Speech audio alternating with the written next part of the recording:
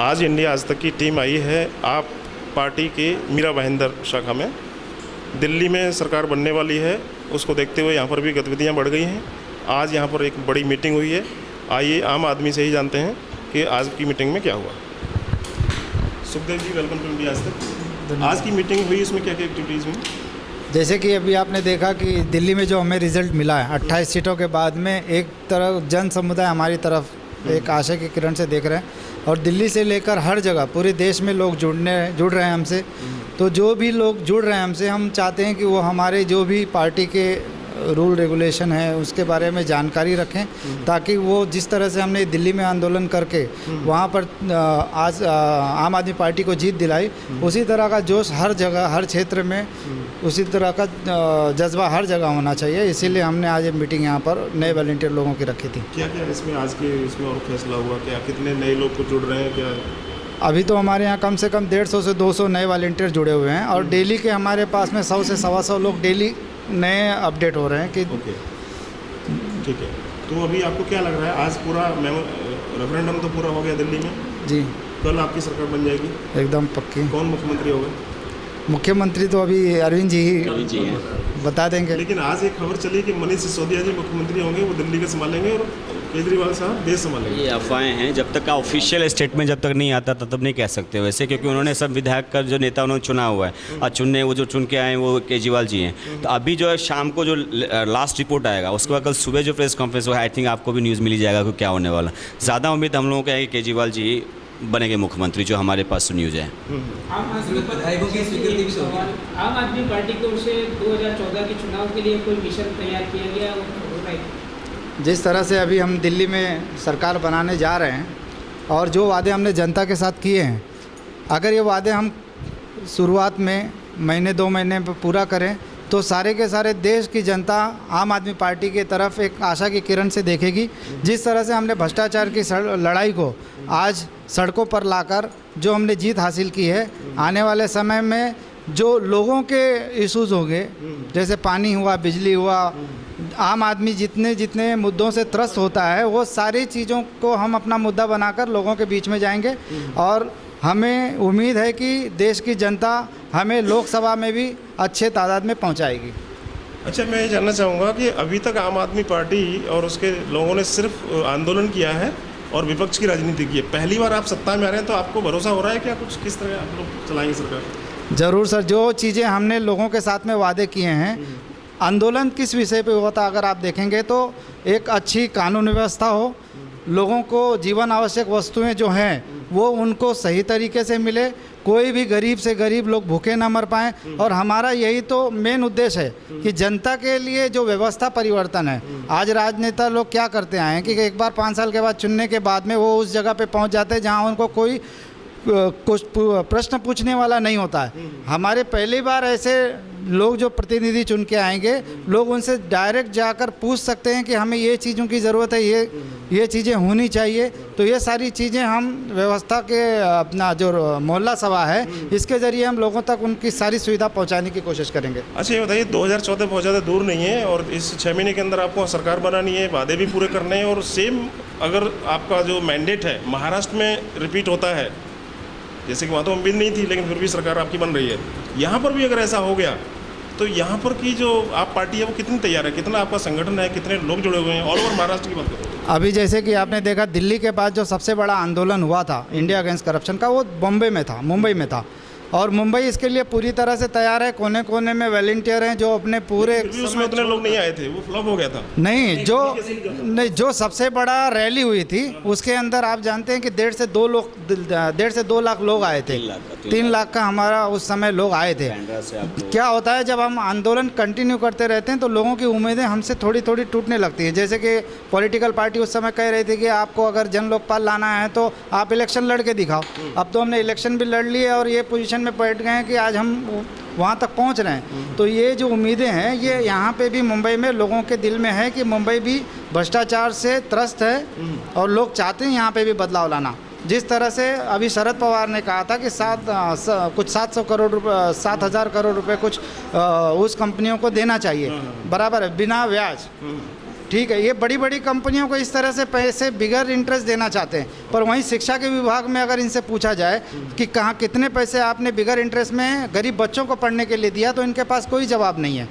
बहुत से मुद्दे हैं, अगर हम लोगों के सामने ले जाएं तो लोग समझेंगे उसको। ये कौन से मुद्दे की, महाराष्ट्र के मुद्दे की बात? महाराष्ट्र के मुद्दे की बात कर रहा हूँ।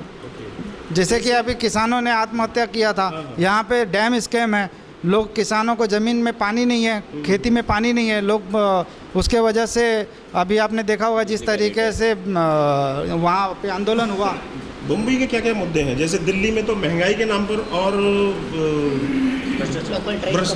भ्रष्टाचार, महंगाई और बिजली का रेट अदा करेंगे। नहीं, इसमें इसके अलावा सबसे बड़ा मुद्दा जो है, जो आम आदमी पार्टी उस पर कॉन्सेंट्रेट करने वाली है, वो सबसे बड़ा मुद्दा है यहाँ पे जो ओपन स्पेस का।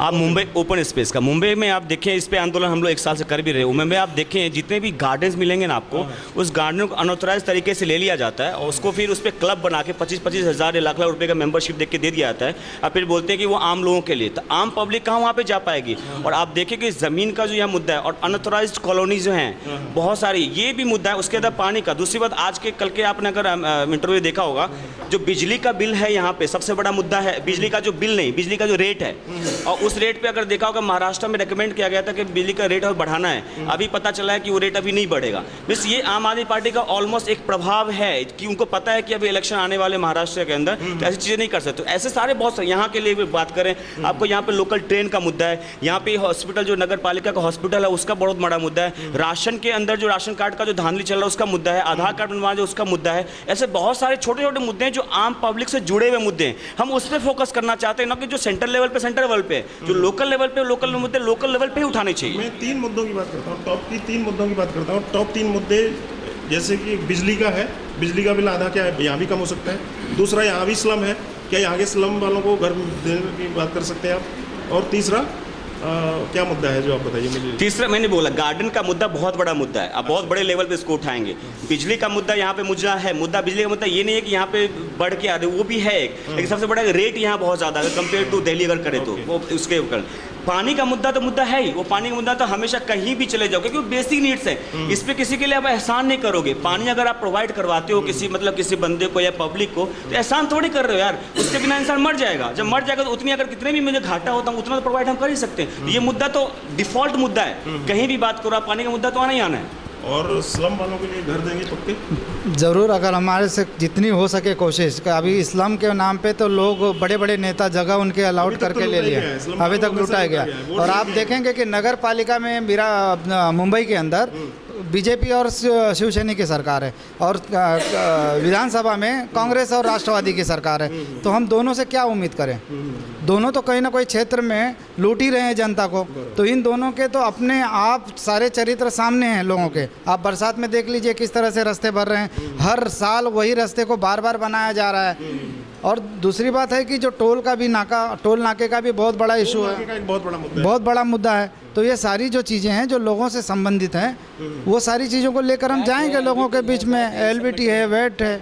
अच्छा, आपके एक बहुत बड़ी लीडर हैं जिन्होंने बड़े बड़े नेताओं को एक्सपोज किया, छगन भुजबल, अजीत दादा पवार, अंजलि दमानिया जी, गडकरी साहब, तो उनका कोई एक्सपोजर बहुत दिन से नहीं आया है, वो क्या वजह है?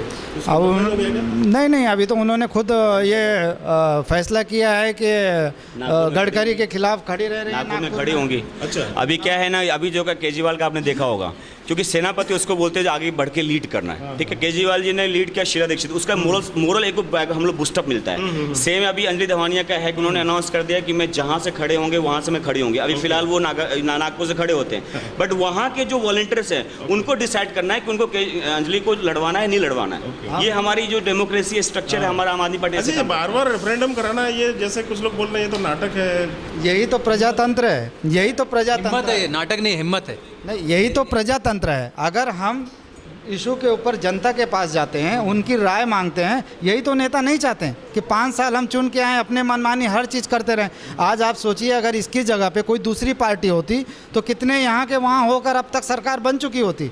ये पहली बार ऐसा हो रहा है जहाँ प्रजातंत्र में कि हम सीधे जनता की भागीदारी ले रहे हैं और जनता से पूछ रहे हैं, उसको आज उसके मालिक होने का हम एहसास करा रहे हैं।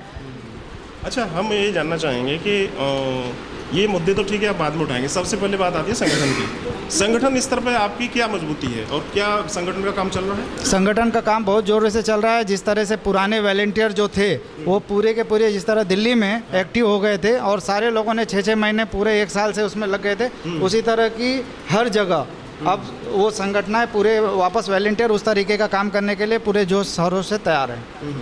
और इसके अलावा जैसे दिल्ली में आपको इतना रेस्पॉन्स मिला है, तो यहाँ पर क्योंकि मराठी बहुल एरिया है, गुजराती भी काफ़ी रहते हैं, जी। कितना रेस्पॉन्स लोगों का मिला? हम यही तो कह रहे हैं कि पूरे राजनीतिक पार्टियों से कि जाति की राजनीति करना छोड़ें। हम यही कह रहे हैं ना, मुद्दों पर राजनीति करें ना, लोगों के सुविधाओं पे राजनीति करें, उनकी जो मांगे हैं उनके ऊपर राजनीति करें। अगर हम कहते हैं रास्ता चाहिए तो वो कहते हैं मराठी वोट बैंक इतना है, यहाँ पे मुस्लिम वोट बैंक इतना है, यहाँ पे आसाम के वोट बैंक इतने। इस तरह से जाति के आधार पे जो वोट करने की राजनीति है उसे ख़त्म करना पड़ेगा और जनता को यही सोचना पड़ेगा कि अब वक्त आ गया है कि अगर आज हमने उन सारी जीवन आवश्यक वस्तुओं के ऊपर अगर हमने सरकार को नहीं चुना तो आने वाले समय में इस देश के अंदर बहुत ज़्यादा समस्याएं खड़ी हो जाएंगी। अच्छा, एक आखिर सवाल करूंगा। आपका एक एपेक्स इशू था, एपेक्स इशू यानी जैसे टोपी आपकी है वैसे टॉप ऑफ द इश्यूज था, मुझे जन लोकपाल चाहिए जी। तो जब आम आदमी पार्टी एक ब्लास्ट की तरह उभरी तो कांग्रेस और बीजेपी दोनों डर गई और सबसे पहले उन्होंने आनंद फानंद में उसको पास कर दिया ताकि टोपी से वो निकल जाए, और निकल गया, मैं देख रहा हूँ। नहीं, एक तरफ में लोकपाल जन लोकपाल है, अभी भी आप अगर इस टोपी में देखेंगे तो जन लोकपाल है। जन लोकपाल कहीं नहीं जा सकता क्योंकि यही तो हमारा सबसे बड़ा शस्त्र था भ्रष्टाचार के खिलाफ। ये हमारा ब्रह्मास्त्र है और ये हमें चाहिए और आज भी हम इसे उतनी ही मजबूती से हमारी मांगे हैं। टोपी से निकलेगा नहीं अभी? नहीं, जब तक हमें जन लोकपाल नहीं मिलेगा तब तक ये हमारी टोपी से नहीं निकलेगा और हमेशा ये मुद्दा रहेगा। अभी तो जो अभी लोकपाल बना हुआ है उसमें आप देखेंगे कि जो प्राइम मिनिस्टर ने जिस समय 3 मुख्य चीज़ों पे वादा किया था उस तीनों मुद्दों को भी उसमें नहीं रखा गया है। यानी कि एक बार सदन में कुछ और करते हैं और जब उसके बाद में कमेटी बनती है तो उन सारे मुद्दों को छोड़ दिया जाता है। तो अन्ना जी ने तो अप्रूव किया ना उसको। अभी अन्ना जी ने अप्रूव किया है, अब वही तो हम लोग उसमें तो आपको क्या लगता है अन्ना जी की और उनकी? जैसे उन्होंने कह दिया कि मेरा सामर्थ्य यहाँ तक था, अगर आप लोगों को मजबूत कानून चाहिए तो आप लोग आंदोलन करो। जैसे कि कहते हैं कि अभी मेरे पिताजी बोले कि भाई मैं आपको 10वीं तक पढ़ा सकता हूँ, इसके आगे पढ़ना है तो आप अपने मेहनत करो और पढ़ाई करो। नहीं, मुझे ये बताइए, अन्ना जी का जो ये रवैया है बड़ा हैरान करने वाला है सबको। तो क्या आपको लगता है कि अन्ना का कांग्रेस का और बीजेपी तीनों का डील हो गया आम आदमी पार्टी को परास्त करने? नहीं, ऐसा तो नहीं हो सकता क्योंकि अन्ना हमारे पूज्य हैं और इस तरीके का हम कभी भी नहीं सोच सकते। ये है कि कहीं ना कहीं थोड़ी सी मिसअंडरस्टैंडिंग हुई है शायद समझने में या करने में, लेकिन जिस तरह से उन्होंने कहा कि जिस तरह से उन्होंने कहा कि मेरी यहाँ तक हिम्मत थी, मेरा यहाँ तक सामर्थ्य था, मैं इसे यहाँ तक ले आया हूँ और इसके आगे अगर आपको और कड़े कानून चाहिए तो आप आंदोलन करें, तो हमने उस चीज़ को एक्सेप्ट किया और हम इसके ऊपर आगे आंदोलन करके और मजबूती से जन लोकपाल जो हमारा है उसे हम लाने की कोशिश करेंगे। इस पॉइंट पे एक बात मैं बोलना चाह रहा हूँ कि नहीं, अगर ये कहा जा रहा है कि अन्ना जी वाली बात, तो अन्ना जी को गुरु द्रोणाचार्य समझ रहे हैं हम लोग और हमारे लिए गुरु द्रोणाचार्य अन्ना जी, राइट। लेकिन हो सकता है अर्जुन नहीं है उनके लिए अरविंद केजरीवाल, बट एकलव्य तो है और एकलव्य को भी इतिहास याद करता है। और कोई कुछ कहना चाहेगा? मराठी, गुजराती, तो हम लोग जो आम आदमी पार्टी है, हम लोग सिर्फ मुद्दों के लिए लड़ रहे हैं और सुविधा के भी मुद्दे हैं। तो क्या मराठी आदमी उस रोड से नहीं जाता है जो 6-6 महीने तक काम पड़ा रहता है, गड्ढे पड़े रहते हैं? और रही बात, हम आम आदमी पार्टी ने गुजराती और मारवाड़ी लोगों का बिजनेस रहता है, तो LBT के लिए क्या हमने आवाज़ नहीं उठाई? हमने आवाज़ उठाई थी, यदि आपको ज्ञात होगा तो हम आपके मीडिया के द्वारा ये संदेश पहुँचाना चाहते हैं कि हमारी राजनीति कोई जात को लेके नहीं है।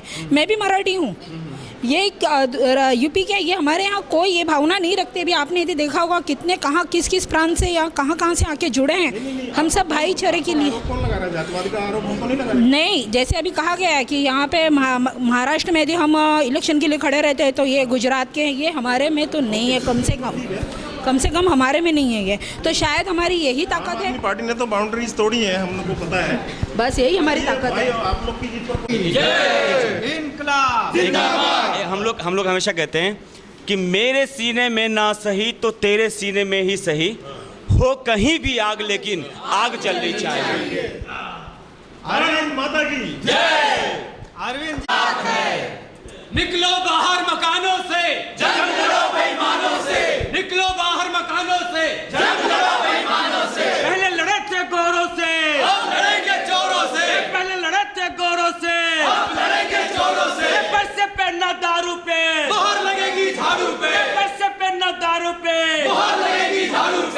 की बार केजरीवाल, केजरीवाल केजरीवाल अब की बार केजरीवाल, केजरीवाल केजरीवाल भ्रष्टाचार का एक ही काल, केजरीवाल केजरीवाल।